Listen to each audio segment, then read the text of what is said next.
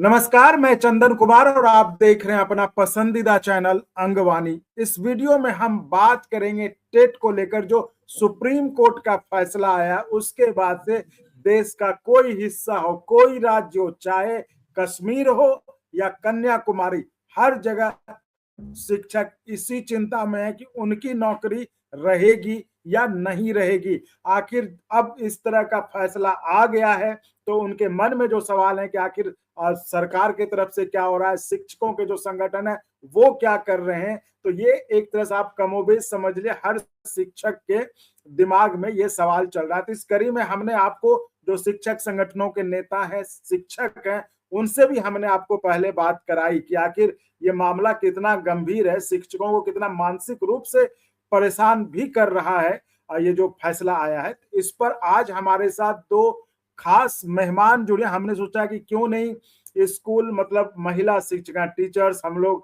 जानते हैं, तो उन्हीं से बात किया जाए कि आखिर ये जो मामला है इसको लेकर क्या सोचते हैं। तो हमारे साथ जम्मू कश्मीर से, जम्मू में कांता जामवाल मैम जुड़ी हैं और तेलंगाना के संगारेड्डी जिले से आर शारदा मैम जुड़ी हैं और दोनों school teachers federation of India की एक्टिव मेंबर्स हैं। मैम, आप दोनों का बहुत स्वागत है अंगवानी पर।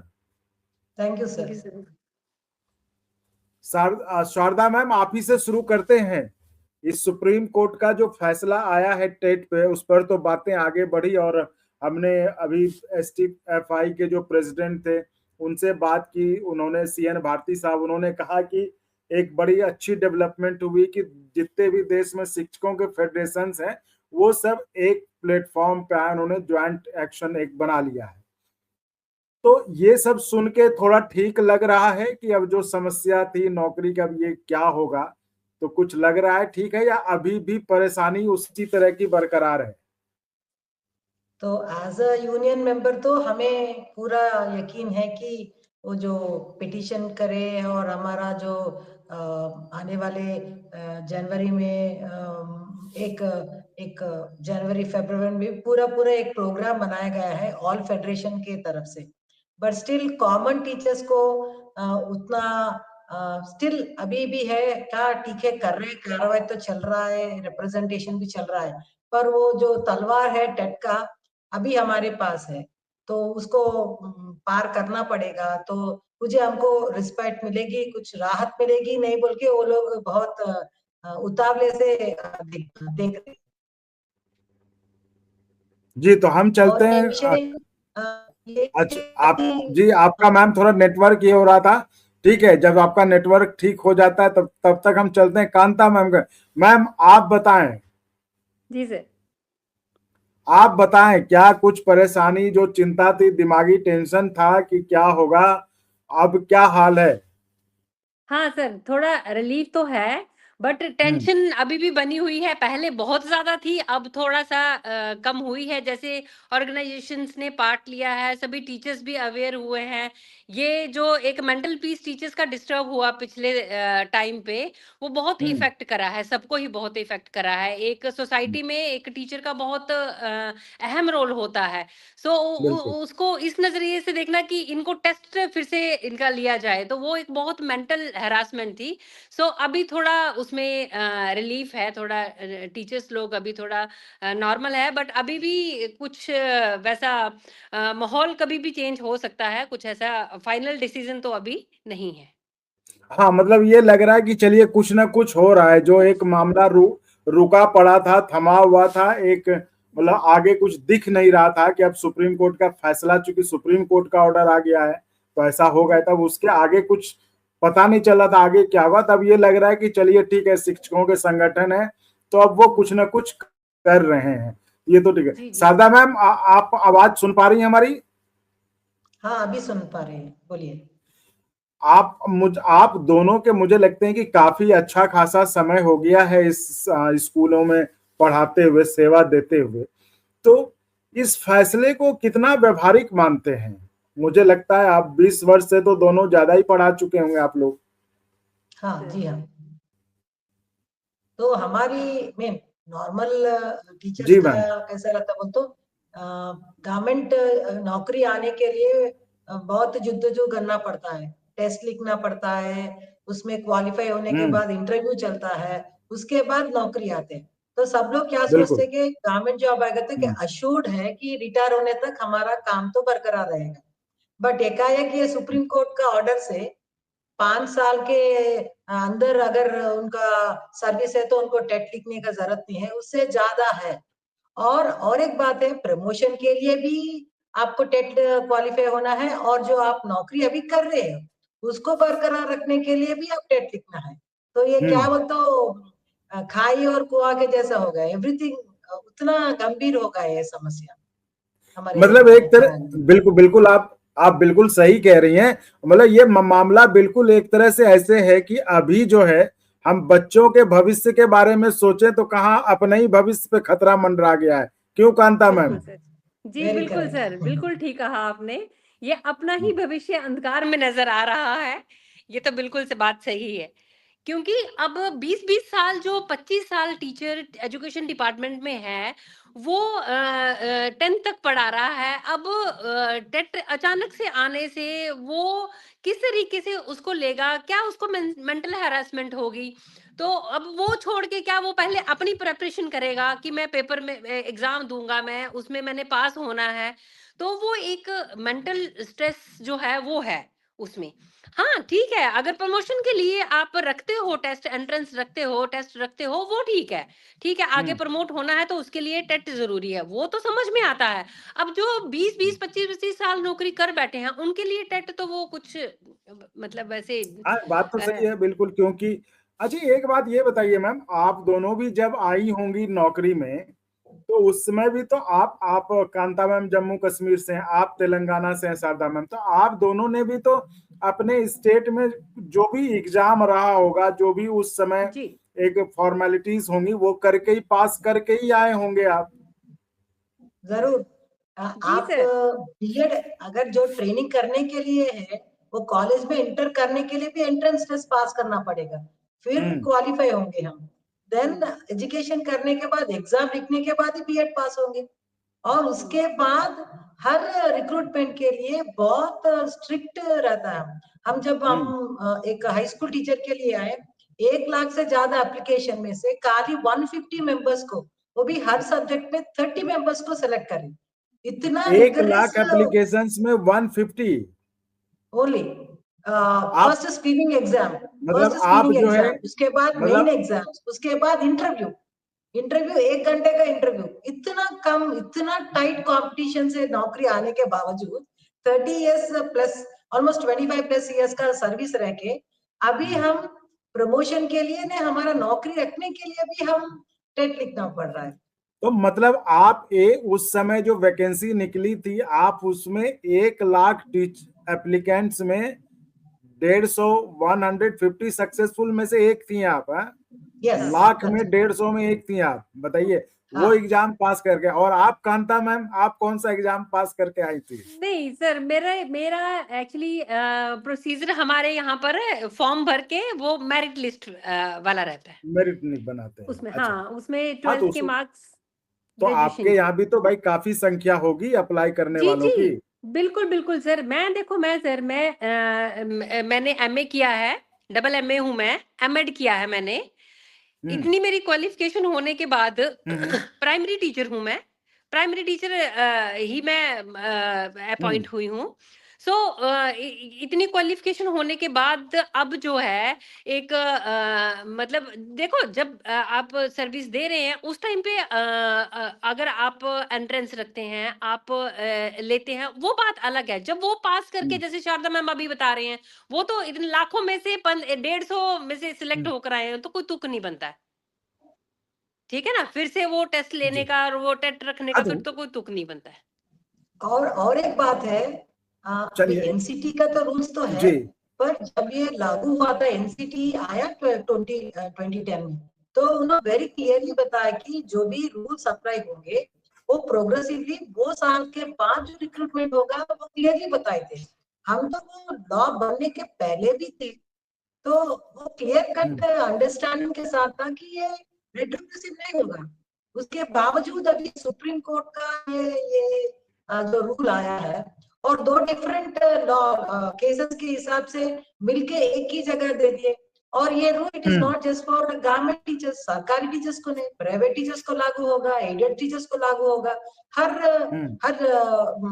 क्या बोलते विद्यालय में होगा, हर स्कूल में, हर कॉलेज में होगा, यही रूल अप्लाई होगा ना।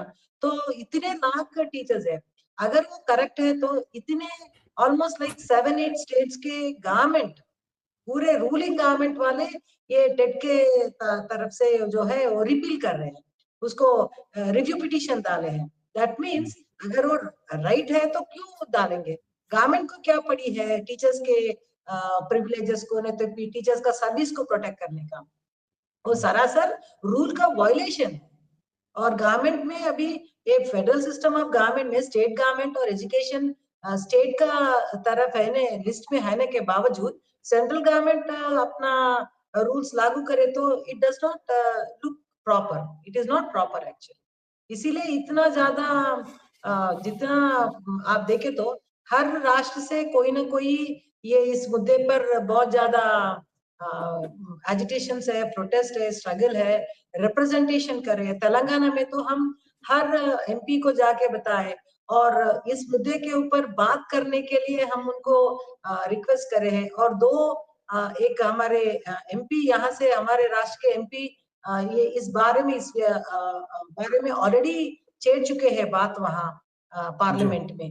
तो इस विषय का ऑलमोस्ट लाइक 50-60 लाख पीपल को इफेक्ट करने वाला है। और कितने बच्चों का फ्यूचर का भी आप ध्यान में लेने का चाहिए। बिकॉज हम इस टेंशन में है तो उनको पढ़ाने में उनको तो कोई अन्याय नहीं होगा, फिर भी इस स्ट्रेस से निकलने का क्या ये है वो बताइए। इतना काली हम कुछ एक डिग्री लेके नहीं आए, एवरीबडी हार्डवर्क करके कुछ क्वालिफाइंग एग्जाम्स पास करके अपना सर्विस का एग्जाम लिख के रिक्रूट करके आए हैं। इस विषय में डिपार्टमेंट के तरफ अभी पार्लियामेंट में करेक्ट अभी कुछ ऐसा बोल दिया तो ठीक है हो जाएगा बोल के नहीं ना, वो केस कब तक सॉल्व होगा, वो कब रिव्यू पिटीशन कब एक्सेप्ट होगा, क्या होगा, वो तो रहेगा ना। और बहुत सारे टीचर्स जिसको मोर देन 5 इयर्स का सर्विस है उनको तो उतना ज्यादा स्ट्रेस आएगा, क्यों मतलब विद इन 2 इयर्स अगर पास नहीं है तो दे विल बी टर्मिनेटेड। तो दिस इज एक गवर्नमेंट सेटअप में रिटायरमेंट तक सर्विस प्रोटेक्शन है बोल के तो आए ना यहाँ, तो वो हमारा राइट वायलेट होगा बोल के हम समझते हैं। जी शारदा मैम, आपने बिल्कुल सही कहा कि ये जो इस तरह से अगर होगा तो वो एक तरह से वायलेशन ऑफ जो आपका राइट्स है उसका होगा। जी कांता मैम, आप क्या कहना चाहते हैं? अगर आपसे पूछें कि अब सरकार से कुछ आप कहना चाहती हूँ तो आप क्या कहना चाहेंगे? क्योंकि अब तो सरकार ही एक रास्ता बचा है जहां पर आपकी कुछ सुनवाई हो पाए। बिल्कुल बिल्कुल बिल्कुल सर, हम तो यही कहेंगे कि अब टीचर्स को परेशान नहीं किया जाए, उनको जो काम मिला है पढ़ाने का उनको उस शांत तरीके से बच्चों को पढ़ाने दिया जाए। और ऐसे कामों में ऐसे मतलब फालतू में उनका मेंटल जो डिस्टरबेंस है वो हो रही है, कहीं ना कहीं बच्चे इफेक्ट, पढ़ाई इफेक्ट होगी, बच्चे इफेक्ट होंगे। जब टीचर परेशान होगा तो नेचुरली बात है वो अपना 100% वहां पर नहीं दे पाएगा। सो टीचर का काम है बच्चों को पढ़ाना, उसको बच्चों को पढ़ाने दिया जाए। फालतू की यहाँ वहां की आगे ही टीचर बहुत फ्रस्ट्रेट है। स्कूलों में टीचर को बहुत सारे काम है, ऑनलाइन ये करो, ऑनलाइन वो करो, पढ़ाई पे तो कम फोकस रहता है बच्चों के, और बहुत सारी एक्टिविटीज है स्कूल में जो टीचर को करनी पड़ती हैं और ऑन द स्पॉट करनी पड़ती है। मिनटों में मैसेज आ जाता है कि you have to complete this Google form and that Google form. वो भी चलो वो तो करना है, हम स्कूल में रह रहे हैं। अब एक और ये नई बात की हाँ जी टेट भी है, तो अब टीचर है तो अब अगर ये प्रेशर है तो नेचुरली बात है फिर वो मतलब अगर जाना तो पड़ेगा फ्लो के साथ, अगर है तो फिर तो देना पड़ेगा, ठीक है ना। लेकिन उसमें नुकसान कितना हो रहा है, टीचर्स कहाँ अब देखो ना सर, आप बताइए, टीचर्स जो 20-20 साल से अपनी पढ़ाई से मतलब बच्चों के बीच में इन्वॉल्व हो चुके हैं, उनको पढ़ा रहे हैं। अब किस तरीके के टेस्ट होगा, कैसा होगा, कैसे कर पाएंगे, कितने नहीं कर पाएंगे, जो नहीं कर पाएंगे फिर वो जॉब से बाहर चले जाएंगे। देखो कितना मेंटल स्ट्रेस है। अब हम ये सोच रहे हैं कि हमारे बच्चों की नौकरियां लगने वाली हैं और हमें नौकरी से बाहर हाथ धोने पड़ेंगे, तो वो कैसा कैसा लेंगे हम सोसाइटी में उसको। देखो ना क्या टीचर की क्या रेपुटेशन रहे। बिल्कुल सही बात है। मतलब आप एक, जब आप खुद ही आप मानसिक रूप से खुश नहीं रहोगे तो परेशान आप बच्चों को क्या पढ़ाओगे? बच्चों को क्या। उस समय क्या, उनका भविष्य क्या निर्माण करेंगे जब खुद ही भविष्य लगे थोड़ा। तो चलते चलते आप दोनों से ये सवाल पूछेंगे हम, जैसे लोग, जो आम लोग हैं वो कहते हैं अरे भाई एग्जाम देना है, इनको क्वालिफाई करके आना चाहिए, तो ऐसे लोगों को क्या जवाब होगा? लोग तो बहुत एक्साइटेड हैं, ऐसे लग रहा है कि वो बहुत खुश हैं कि नहीं इनका टेट होना चाहिए, इनको पास करके टेट पास करके आना चाहिए। अब जैसे आम बात होती है, जैसे हम सोशल मीडिया पे देखते हैं, उनका तो यही व्यू है कि भाई हाँ इनका टेट होना चाहिए, ठीक है ना। तो भाई हम ये बताना था भाई, डबल एमए करके ये करके एमएड करके हम एजुकेशन डिपार्टमेंट में ऐसे नहीं आ गए हैं, ठीक है ना। हम भी क्राइटेरिया पास करके आए हैं यहाँ पे, ऐसे नहीं बैठ गए हैं सीट के ऊपर। अगर सरकार ने हमें नौकरी दी है तो हमारे में कैपेबिलिटी है, सो हमें नौकरी मिली है। सो जी ऐसे तो सर, नहीं और एक बोलना चाहिए। बात करना चाहूंगी मैं चंदन जी, ये जो जी। टेट का विषय में जो जो पेपर सेटिंग है, उसमें हम्म, भी थोड़े डिफरेंसेस है। फॉर एग्जांपल हम्म, मैं साइंस पढ़ाती हूँ, मैं साइंस के अलावा उसमें वो क्वेश्चन पेपर में मैथ है, मैं वो मैथ कब 10th क्लास में पढ़ी हूँ। अभी मुझे हम्म, वो एग्जाम ना, मैं मैथ्स पढ़ाती हूँ ना, सीखने का कोई उसका तुक नहीं बनता ना। तो मुझे हम्म, अगर मेरा बायोलॉजी है, मैं साइंस पढ़ा है, हम्म, उसमें खाली 15 मार्क है, 150 मार्क्स में 15 मार्क, दैट इज 145 बाकी हम्म, के हैं। मैं दो सब्जेक्ट पढ़ाऊंगी, इधर साइंस पढ़ाऊंगी या इंग्लिश पढ़ाऊंगी।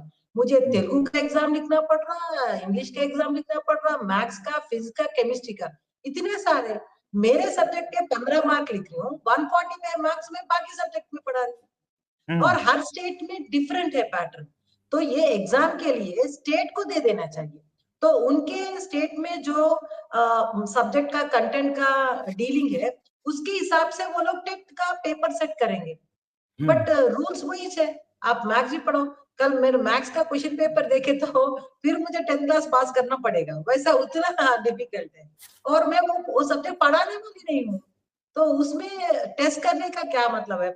कभी भी जब हम बीएड ट्रेनिंग करें, उसमें दो चीज बोलते हैं, वैलिडिटी, रिलायबिलिटी बोलते हैं। जो पोर्शन है उसी में क्वेश्चंस आना, तो जो हम टीचर पढ़ा रहे हैं उसमें क्वेश्चंस नहीं आएंगे, तो वहां तो वैलिडिटी नहीं है। तो रिलायबिलिटी तो स्टैंडर्डाइज टेस्ट रहेगा रहेगा, बिल्कुल। पर वैलिडिटी नहीं रहे।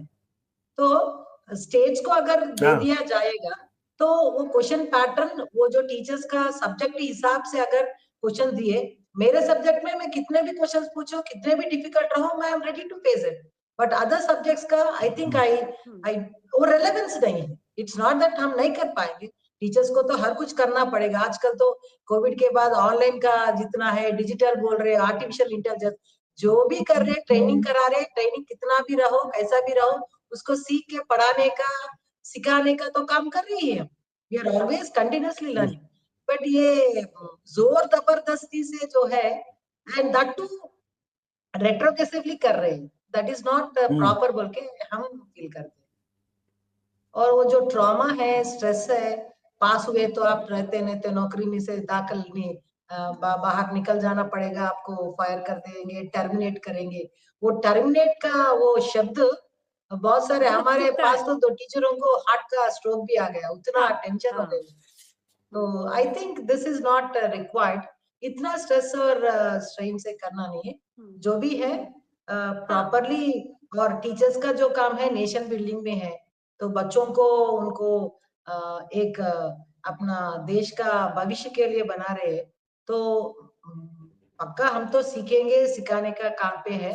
बट ये स्ट्रेस ना रहे, और जो लीगली, मॉरली, एथिकली करेक्ट है वैसा करे तो अच्छा रहेगा। शारदा मैम आप सही कह रहे हैं। और कांता मैम देखिए, जिस तरह से शारदा मैम ने बताया अपने बारे में कि ये जो है लाख एप्लीकेंट्स थे और उसमें 150 यानी कि 150 सक्सेसफुल कैंडिडेट्स में टीचर बनी थी शारदा मैम। जो भी उस समय के एग्जाम्स के जो भी फॉर्मेट रहा होगा, जो भी नियम रहा होगा, उसके हिसाब से तेलंगाना के स्कूल में। कांता मैम का भी वही हाल है, इन्होंने भी उस समय जितने लोगों ने अप्लाई किया होगा उसमें मेरिट लिस्ट बनकर वो भी आएंगे। तो ये साफ एक तरह से कि जिस किसी भी शिक्षक की नियुक्ति हुई होगी, जब भी हुई होगी, तो उस समय के नियम से, उस समय के एग्जाम पैटर्न जो उनके स्टेट में रहे होंगे उसके हिसाब से उनकी नियुक्ति होगी। तो जाहिर तौर पर उन्होंने जो है कहीं ना कहीं अपना कोई ना कोई एग्जाम देकर ही पास किया। अब उसके 15 साल बाद, 20 साल बाद, 30 साल बाद अगर उनको कहा जाए कि अब आप फिर से एग्जाम दीजिए, तो ये बड़े सवाल तो मतलब एक तरह से कहिए कि सवाल तो खड़ा करता ही करता है, उनको परेशानी में भी डालता है, एक मानसिक परेशानी में, मतलब जहां पर कि आपको लगता है, ये बात सही कि जब इस उम्र में आपको अपने बच्चों के भविष्य के बारे में सोचना है, आपका खुद अपना भविष्य जो है अभी थोड़ा सा अंधेरे में दिख रहा है, तो इसलिए इस पर अब सारा जिम्मा जो है लगता है सरकार के ऊपर आ गया कि सरकार इस पर कुछ सोचे और शिक्षकों के लिए जो है कुछ राहत का फैसला जितनी जल्दी हो सके लें, ताकि शिक्षक भी जो है अपने को शांत रखकर, दिमाग को शांत रखकर पढ़ाई पर फोकस कर सके, जो कि अभी डिस्टर्ब हो गया, जिससे आपके छात्रों का भविष्य ही जो है प्रभावित हो रहा है। तो आप दोनों मैडम का बहुत धन्यवाद, आपने समय निकाला, चर्चा में जुड़े।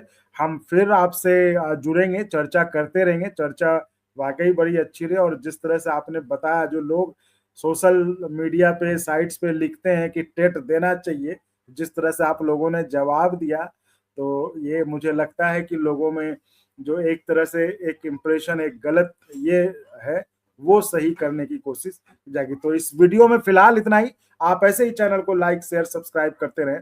बहुत धन्यवाद। और अगर आपको अच्छा लगा तो एक बार और आपको मैं कहना चाहूँगा कि आप इसको प्लीज सब्सक्राइब और शेयर करते रहें, ताकि हमारा भी मनोबल और सपोर्ट बना रहे।